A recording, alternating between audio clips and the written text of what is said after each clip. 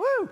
All right. So, hey, this is always a fun Sunday for me to see what unfolds. Sometimes I get an inkling as to what I'm going to be saying on a Sunday morning before I get here. That's I guess that's preparation.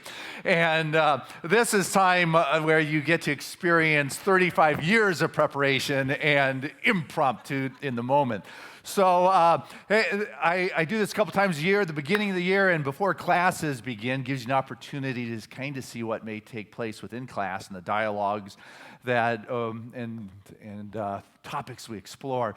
But the service is for you guys. So if you have any questions, we've got Steve, who's a mic runner right here, and he's happy to, and Marty over here. And if you have a question, we'll see if we've got an answer for you. Here we go.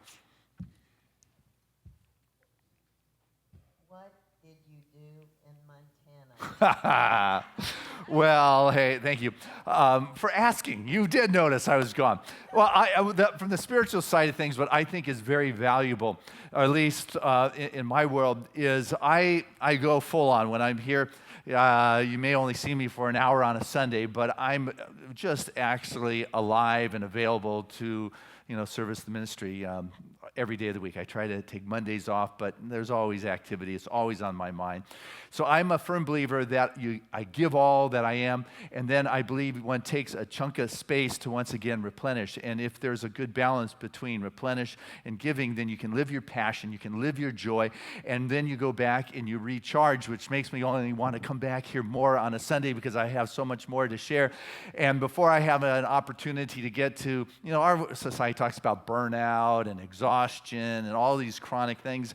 And I believe that you don't have to get there, but you are the one who has to take care of the balance in one's life. And so that's what I do with my family. I'm blessed to have a family. So I get to be dad, I get to be a husband, and I get to go to a place to replenish. And it's not like I don't do anything. I move rocks, I cut down trees, I go, canoeing in the lakes, and I'm very active.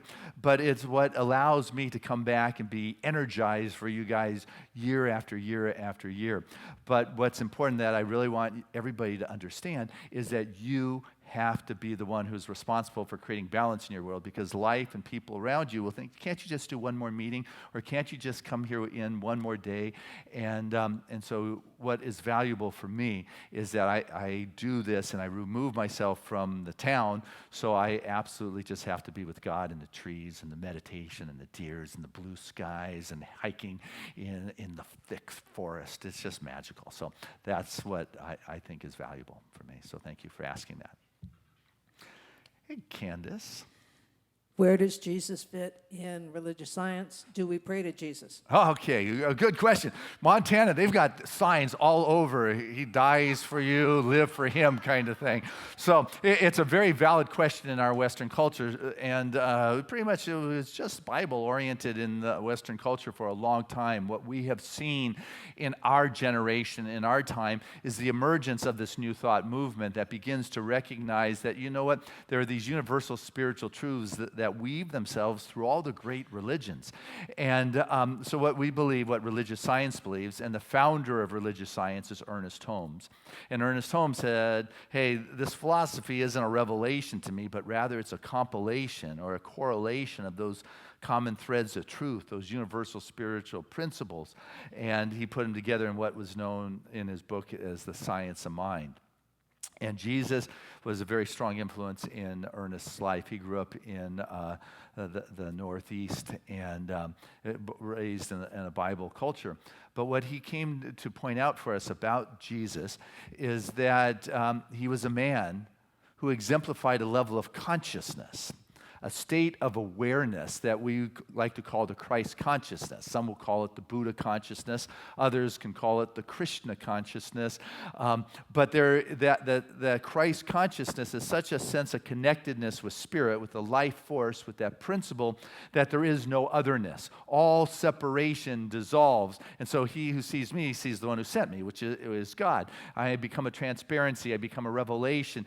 And so what we do is we look at Jesus as a human being who exemplified a level of awareness that we call the Christ consciousness.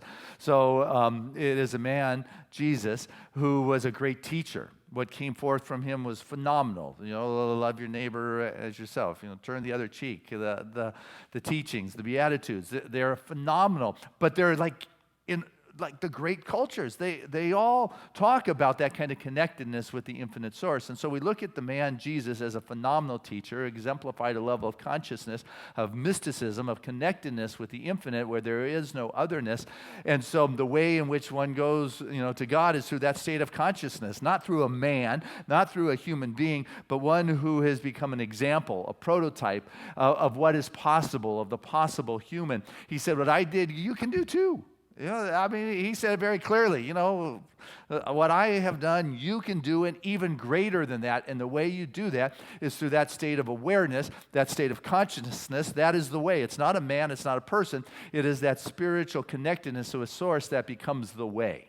And so and the story of Jesus, is found in many cultures. Long before Jesus showed up, you will find the Immaculate Birth, the crucifixion, and died and risen, going back to Horus and the pyramids and Esther and Easter. And the story is a very common one, which makes me believe even deeper in the spiritual truth that is behind it, because it has continued to show up from time immemorial, that there is something, that there is more than just this world. So we look at the man as a great teacher, a prototype, an example, the possible human, what I can do, you can do, one who exemplified a level of consciousness, of connectedness with the infinite source that we call the Christ consciousness. So it's not Jesus Christ, but the Christ, that individual. So thank you. It's a very important question in our particular culture. Yes, Sharon. We know Ernest Holm believed that his philosophy was open at the top, right? Yes. So what do we believe today about what happens to us when we die? Great. So Ernest Holmes did say we want to stay open at the top. I like to say we don't want to stay so open that our brains fall out. So, and my heart goes out to your husband, David, who just lost his mom, last week, and little Ramon, who's working on identifying as, was he 4 now? 4. How do you tell a 4-year-old who just lost their grandma? And so it's a powerful question that I think is extremely important to ask before you're ready to die. A lot of people don't want to deal with what happens after here until they're facing it. And then what's phenomenal to me, because I've sat with a lot of people as they get ready to move on, is still they're in denial that they're going to die. And it's like your body, there's nothing left to it. So it's a great topic that we explore, and we truly believe in immortality. What Ernest Holmes talks about is the continuity of the individual soul that is forever expanding. What that means is that the soul, your spirit, the essence that fills this body, this bag of bones, this wonderful vehicle that I personally believe people just line up to get one, because this place that we walk, this earth, even with the challenges going on, is still Eden. It is a magical place, and to be given the right vehicle to operate in this plane or this vibration is a divine gift that you have been blessed with, and that one should take care of the body to the best of their ability and enjoy the gift of walking in this world. But when the time comes to lay down the body, or when the body is complete and it's time to move on, that which animated this body, your consciousness, is what moves on. And so are you able to sometimes observe your life? I go like this because for me, it's like I step behind myself and I can watch myself thinking. Or, you ever notice yourself, you're about ready to get upset, and there's a moment there you realize, I can let go and get upset, or I can breathe in and be a little calmer. Have you ever noticed yourself in a conversation, noticing or thinking about what am I going to say or what has been said? In other words, what I'm working at, have you brought a sense of conscious awareness to your thinking? Have you noticed yourself thinking? This means yes. This means no. Kind of showing off like classes. This is how we participate. But what I want us to get is, if you can notice yourself thinking, then you're not your thoughts. Yeah. It's it's like for us, a lot of us, yeah, of course, I'm not my thoughts. But that's really a revelation for some because the thoughts are going on in your brain. But if you are the one observing your thoughts, you're observing the emotions you choose, or the conversation you're going to say, or watching yourself go through pain, or just lying in the bed, or whatever, you recognize that's not me. I'm the observer, which is why I wrote that whole book about living from the mountaintop. It's getting that observational point of view. And so I believe, Ernest Holmes believed, that's more of who you are. It's not the form and not the body. And that which is animating this, that which is observing this, is what carries on. And this has been merely one stopping point. And one doesn't die to become immortal. You are immortal now. And this is a continuity. I like to use the analogy from my younger days when we used to use like Super 8 film. Remember that? Instead of digital, you had these little frames that were progressive. Da, da, da, da, da, da.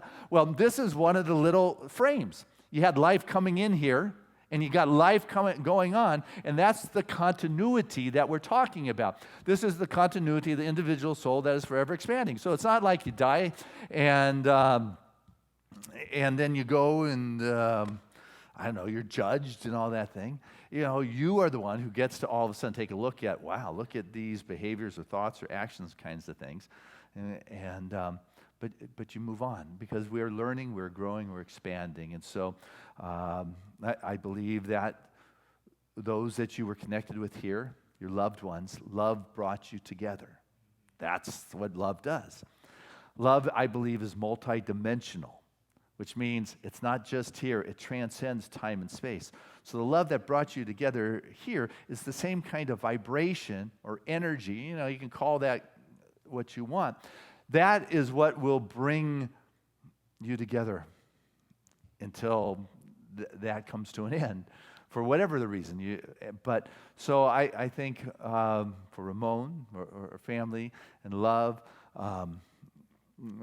as we'll continue to keep the clan traveling together as long as there are lessons and relationships that are there. And so I like to tell people that, you know what, now my dad is closer than a phone call. I'm just the one who has to learn how to make that connection now because it is always available. And, and it's not, when we're dealing in the infinite, this is my stuff now, but the infinite, it's not like there's just one spot where I can connect like we have here, one frequency, but it's how it's possible that I can connect with my dad or my mom, and they can be doing life because there's consciousness is spread out. It's omnipresent. It's not just, this is all that there is, this one person, this one point. And so there's not a disruption when I reach out in my heart to mom or my dad or whoever, and I'm messing up their world. It's more than just one spot. But then we start thinking outside the box. We start thinking in ways that we haven't really been taught yet. And that's the beauty of classes. So thank you. Immortality, important thing to take a look at before it happens.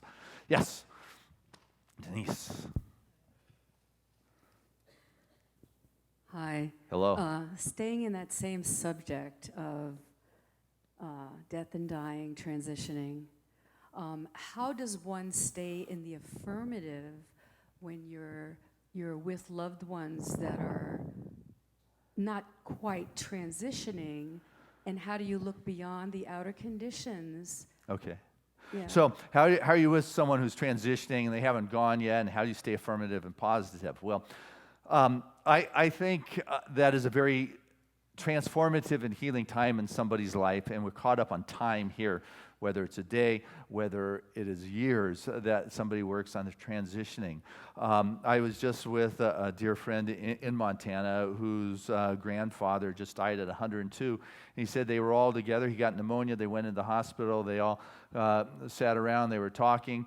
And he said one last thing, and he closed his eyes, and it's 15, 20 minutes, and he was gone. Up to 102. He was living out on his ranch on the river in Montana until he was done. And he didn't do the doctors and the medical. It was just healthy. What we might not consider healthy, but it was like good, healthy Montana food and living. And so you can hold that as a possibility. But, we're all for the most part, going to be leaving here. I mean, I read some stories of yogis who do different things with their bodies, but I don't know about that. So it's always a possibility. But what all of us have checked in are going to check out. Leaving here is just as common as coming here. Does that make sense? Anybody who arrived is going to be leaving. Nature has taken care of us for arriving. I'm sure it's taken care of us for leaving. And so as I sit there with someone who's in that transitional point, what I allow myself to know is I love, I care, compassion, and share all those beautiful spiritual words I can think of. But I also know that it is part of their soul process. The life lessons that are coming and going in that moment are profound, that go beyond the pain of the physical body. I also recognize that everybody's got to be done with their body or leave their body here through something.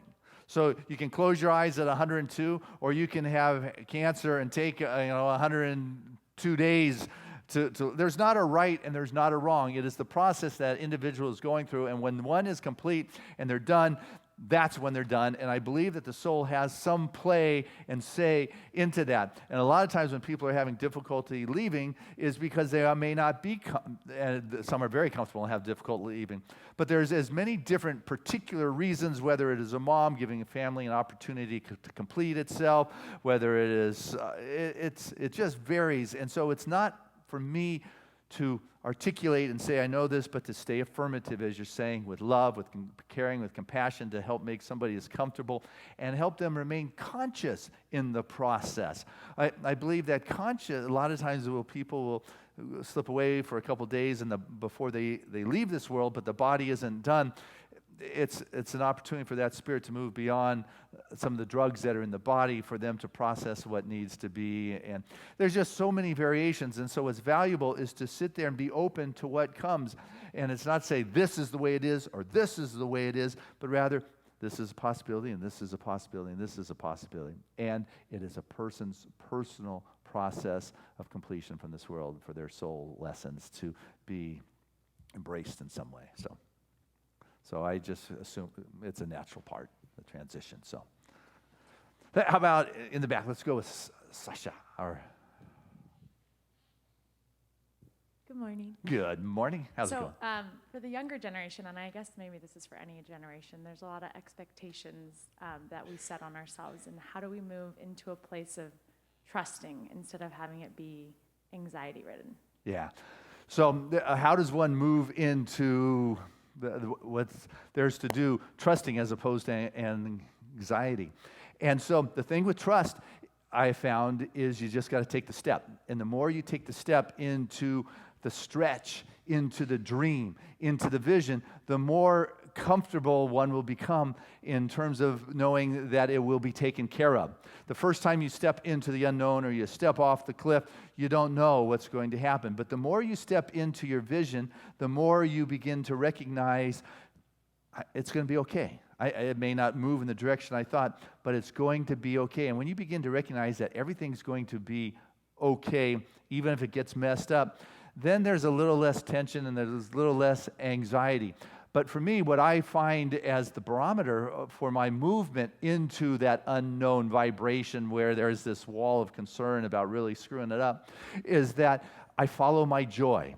If I've got this vision, if I got this inkling, and it seems big, and I don't have a clue how we're going to purchase this building, but yet it brings joy and it feels right, then what I know is I need to step into that. And what I learned to understand is that it's just energy moving in me, and I've labeled it tension, or I've labeled it anxiety, and I've labeled it, but what it is an energy and a frequency and a vibration that is going that I'm just not as familiar with.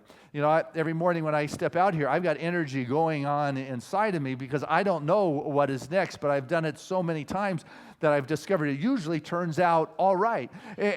And so I step into this, and it's not labeled scary or concern. It's just an energy that's going. And so when you're following that vision, that dream, you know, some people might label it excitement. They can consider it dynamic. It's creative. It's passion. And so how you choose to label that, but if you got that energy going, then you're like, it's a good thing. You're alive, you know, and it's a stretch that you're going into. So whether you're creating something magnificent in this world, whether it's going into a relationship, whether it is going into the creative expression, and you're looking for feedback.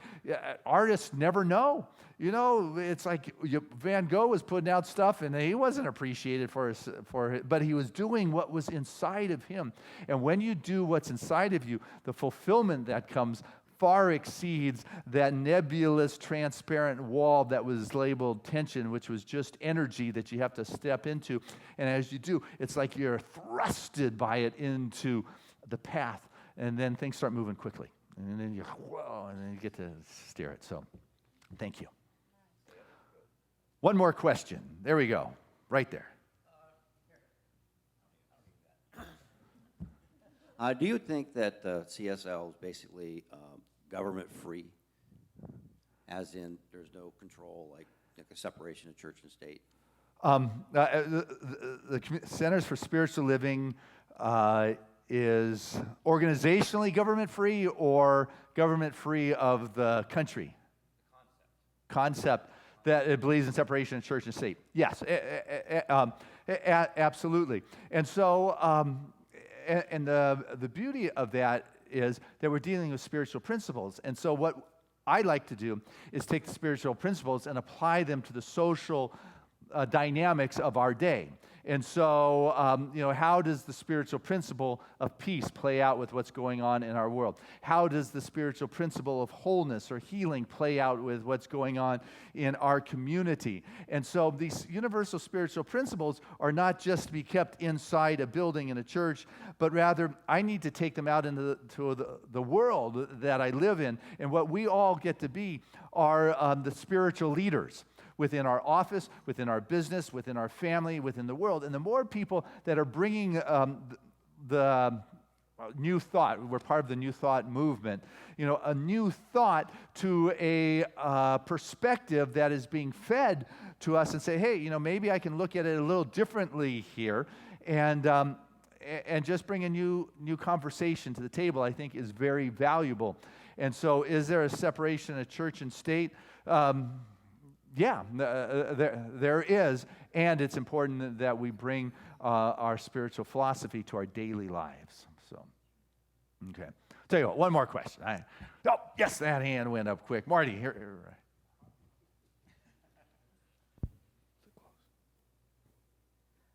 Back to where you said if we can observe our thoughts, then we know that our thoughts are the part of us that move on, and they take us to the state of being, into the Christ consciousness. And is that what this is all about, is learning to be conscious, to choose our thoughts, take responsibility for our thoughts? To me, that's kind of the crust of a lot of this. It is about taking responsibility for our thoughts, becoming aware of our thoughts. And what I feel about that is that it's imperative that we're aware of our thoughts and take responsibility for our thoughts. But what I want to do is move beyond the realm of my thoughts, because I believe that we're all expressions of the divine. We're not all that Spirit is, but all. You hear me say this often, but 1 + 0 = 1, and if most of the religions will tell you there was only God in the beginning. God is infinite. God is everything. God is all. There can't be anything else. So God plus nothing else leaves only Spirit. So you are part of Spirit. I don't know if you're all of Spirit. You may have access to it all, and not that we're accessing it for sure. But all that I am is of that. And so what I want to do is continue to move to that higher awareness of the truth of who I am, the truth of the situation that I am in, and move beyond my perspective and recognize that there's so much more than what I know with my thinking and my mind. And so the mysticism, or that mountaintop perspective, is moving us higher into that. If I lose the total differentiation, then it's no longer me. And part of the irreconcilable difference between East and West is in the Western culture, we always believe that we're going to be just like God. Eastern philosophy is the total return back into the oneness where there is no difference. I think there's a long journey between those two, and so what I'm working toward is becoming a greater reflection of the spiritual truth. So when I see something broken, I can know wholeness. When I see or hear a concern in the world, I can know that there's a greater perspective here that needs to be spoken and understood. When there's a challenge in my personal life, I want to be able to not respond and be reactive, but return to that place of a deeper connectedness of heart and soul.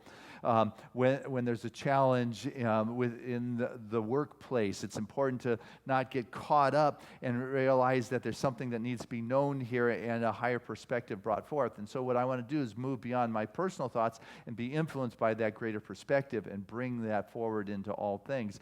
So when I'm looking at a broken body, I don't see a broken body, but rather what I see is the expression of God's wholeness emerging right there in that very situation. When I hear heartbreak, what I want to do is to be able to bring comfort that, this too shall pass, and you will emerge, from the ashes. I want to be able to go into those times of excruciating pain and difficulty. And I look at Esther and the work that she's doing with the slave trade and the sex trade that's trying to help eradicate that over in Africa, and for her to be able to look at that child and see that presence of God and that light that is within them, and not get caught up in the thoughts and saying, isn't this terrible, but rather, what is it that I can bring? How can Spirit show up here in a greater way? So what I want to do is move beyond my limited thinking and be open to a greater, to be that conduit and that avenue and that space where Spirit shows up. And so that's what I am working toward, is to be more of that divine expression in all places, in particular in the ones where there is the less experience of God in. And that's consciousness, right? That's consciousness. That's awareness. Consciousness is a different word for awareness, and it's bringing that divine awareness to the situation. So thank you. And so thank you for your questions. It was what we get to work on. And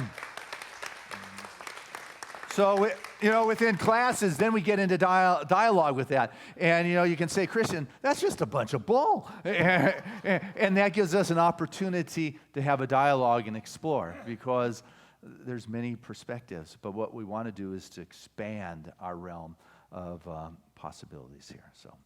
So with that, I want to invite Gia back to the stage. Got another song for us. Let's have it.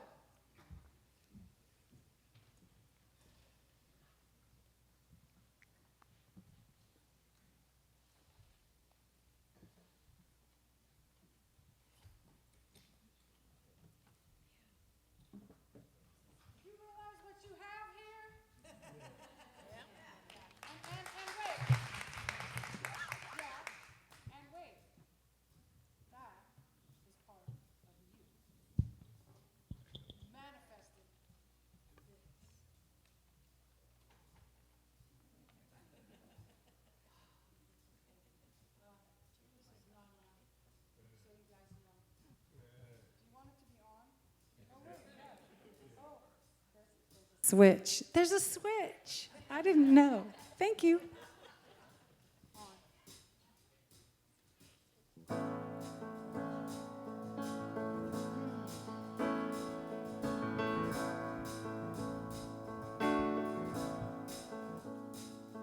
I'm a flower that grows.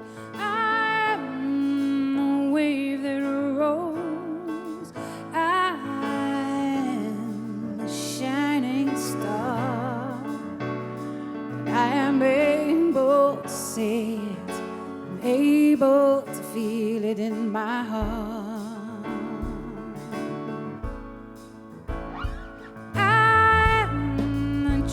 So tall, and I'm one and all. I'm a mystery. I am able to say it, I'm able to reveal it in my heart.